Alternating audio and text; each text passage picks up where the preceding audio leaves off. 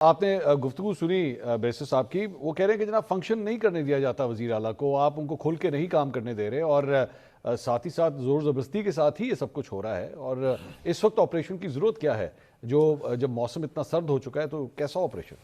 اچھا، یہ آپریشن کی ضرورت ہے یا نہیں ہے یہ تو کوئی ڈیفنس ایکسپرٹ ہی بتائے گا، یا جو اس کو کانٹر انسرجنسی کا کوئی ایکسپرٹ ہو۔ ریاست جب اس طرح کے فیصلے کرتی ہے تو میرا خیال ہے کہ سوچ سمجھ کے کرتی ہوگی، مطلب وہ بچوں والا تو کھیل ہے نہیں، ریاستی امور ہیں، پاکستان کی سلامتی کے معاملات ہیں۔ لیکن جب جن دنوں کی یہ رپورٹس آ رہی ہیں کہ وہاں پہ جرگہ ہوا، پھر اس کے بعد نقل مکانی ہوئی، یہ دو جو تاریخیں ہیں یہ وہی تاریخیں بنتی ہیں جب خیبر پختونخوا کے وزیر اعلیٰ جب جرگہ ہو رہا تھا تو وہ لاہور میں تھے، پنجاب میں تھے، اور ان کو اپنے نہ صوبے کی فکر تھی۔ یہ ایک سوال بنتا کہ وہ یہاں پر کیا کر رہے تھے، کس نے ان کو روک لیا تھا۔ اب یہ بھی جو بات ہو رہی کہ جو ان کو کام نہیں کرنے دیا جاتا، تو وہ تو کام کرنے میں آزاد اتنے ہیں کہ وہ اپنا کام چھوڑ کے باقی کام بھی کر رہے ہیں۔ پھر جب دوسری تاریخ ہے جب وہاں سے لوگ سڑکوں پہ آ رہے ہیں، اپنی گاڑیوں کے اوپر آ رہے ہیں، جب انخلاء ہو رہا ہے تو وہ اس وقت کراچی میں تھے۔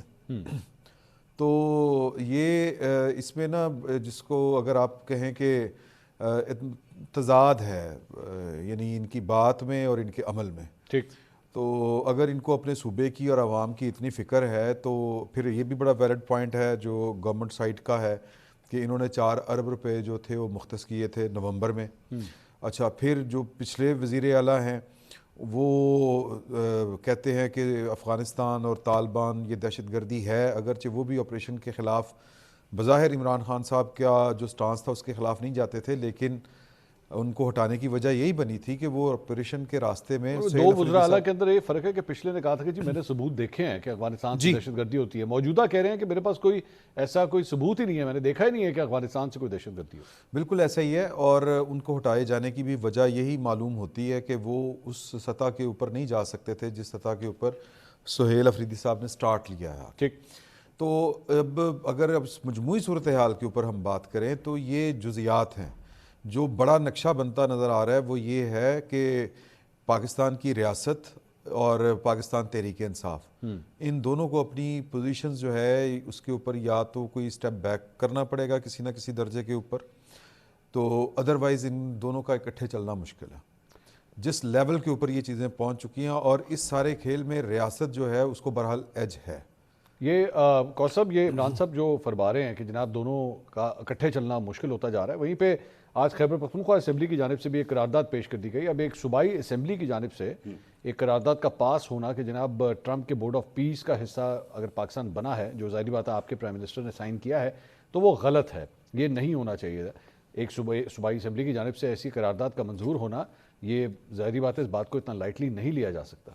منصور، ابھی عمیر بھائی نے یہ فرمایا کہ ویڈیوز دکھائی گئیں کوئی کے پی کے جو سی ایم کے حوالے سے، D G I S P R کی پریس کانفرنس کا حوالہ دے رہے ہیں۔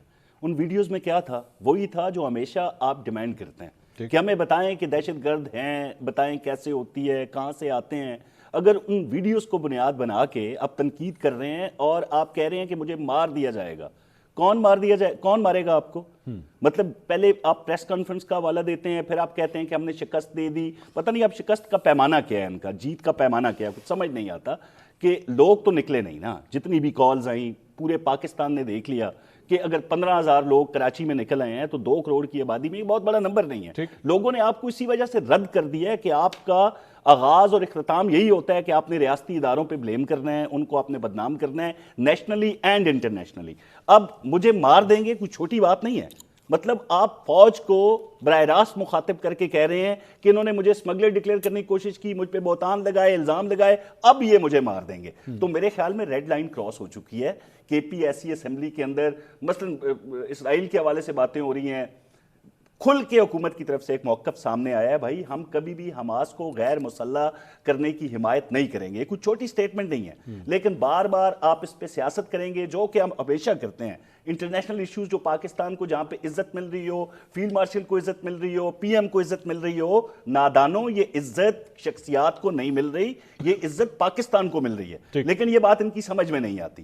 اب میں یہ کہوں گا بھائی کہ کہ جب جب آپ یہ ریڈ لائنز کراس کریں گے جو کہ آپ بار بار کر چکے ہیں، مجھے نہیں لگتا کہ یہ شخص جو بار بار کہہ رہے جی مجھے اہل کر دیا جائے گا، مجھے ہٹا دیا جائے گا، اور اینڈ میں اتنا بڑا الزام لگا رہے ہیں کہ مجھے مار دیا جائے گا، تو ایسے شخص کو ایک اتنی بڑی کرسی پہ ایک ذمہ دار جو ایک میرے حال میں ایک منصب بہت اعلیٰ ہے جو وزیر اعلیٰ ہوتا ہے، تو مجھے نہیں لگتا کہ زیادہ عرصہ ریاست ایسے افراد کو برداشت کرے گی۔ بیرسٹر صاحب، یہ آپ نے دونوں میرے مہمانوں کی گفتگو سنی، وہ یہ فرما رہے ہیں کہ لگ اس طرح رہا ہے کہ ریاست کے اور پاکستان تحریک انصاف کی راہیں جو ہے وہ جدا ہونا شروع ہو چکی ہیں، دونوں ایک پلیٹ فارم پہ نہیں آتے۔ آپ کی صوبائی اسمبلی کی جانب سے ایک فورن افیئرز میٹر کے اوپر جو ہے قرارداد منظور کر لی جاتی ہے، جو کہ آپ جانتے ہیں کہ صوبائی اسمبلی کا ڈومین نہیں بنتا، لیکن اس کے باوجود ایسی قرارداد منظور کی جاتی ہے۔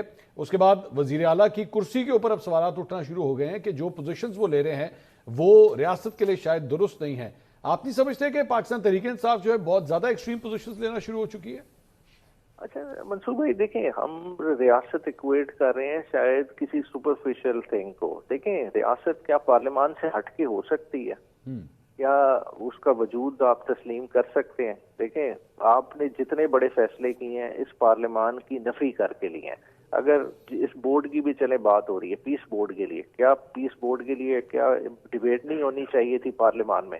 پیس بورڈ کی چلیں حیثیت جو بھی ہو، دیکھیں ایک یونائٹڈ نیشن کی سیکیورٹی کاؤنسل کی ریزولوشن پہ بیس کر رہا ہے جو غزہ کے متعلق، جس کا مینڈیٹ تھا دسمبر 2027 کا۔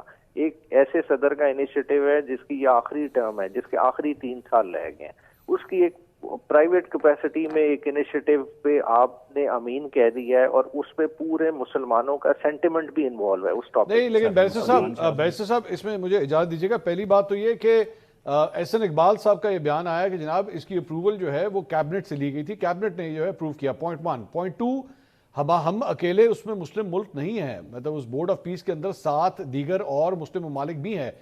چلے شاید ہماری دانش میں یا ہماری سمجھ میں اگر یہ چیز غلط ہے، وہ جو دیگر 7 ممالک ہیں وہ بھی غلط سوچ رہے ہیں؟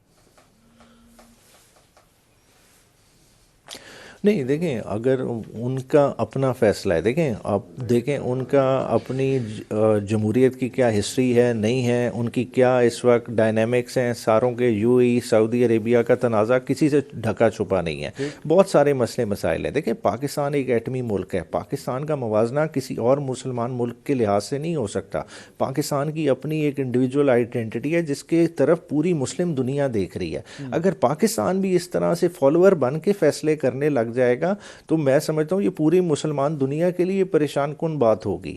دیکھیں اتنا آسان نہیں ہے، دیکھیں اس میں مسلمانوں کے جو سینٹیمنٹ انوالوڈ ہیں، ہم ان اے وے ایک تاثر بنتا ہے کہ شاید نیتن یاہو کو کلین چٹ دے رہے ہیں۔ اگر آپ کی اسمبلی جس میں ظاہری بات آپ کی 2/3 میجورٹی ہے اور وہ یہ قرارداد منظور کر رہی ہے کہ پاکستان کو بورڈ آف پیس میں شامل نہیں ہونا چاہیے تھا، تو پھر اس کا مطلب ہے کہ پاکستان تحریک انصاف بطور ایک سیاسی جماعت امریکہ کو یہ پیغام دے رہی ہے، بتا رہی ہے کہ جناب آپ کا بنایا ہوا بورڈ غلط ہے اور آپ کی حکومت نے جو کچھ بھی کیا ہے ہم اس کے ساتھ نہیں ہیں۔ پاکستان تحریک انصاف اس معاملے پہ ان کو ڈونلڈ ٹرمپ کو ریجیکٹ کرتی ہے۔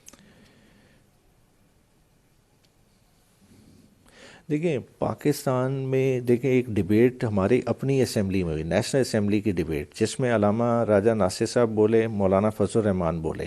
کیا دیکھیں پارلیمان کا اتنا استحقاق نہیں ہے کہ اس میں یہ ڈیبیٹ ہوتی؟ یہ کوئی آرڈنری نیچر کی بات نہیں ہوئی جو فیصلہ ہوا ہے، اس میں ہم کیوں چھپنا چاہ رہے ہیں کسی اور کے پیچھے؟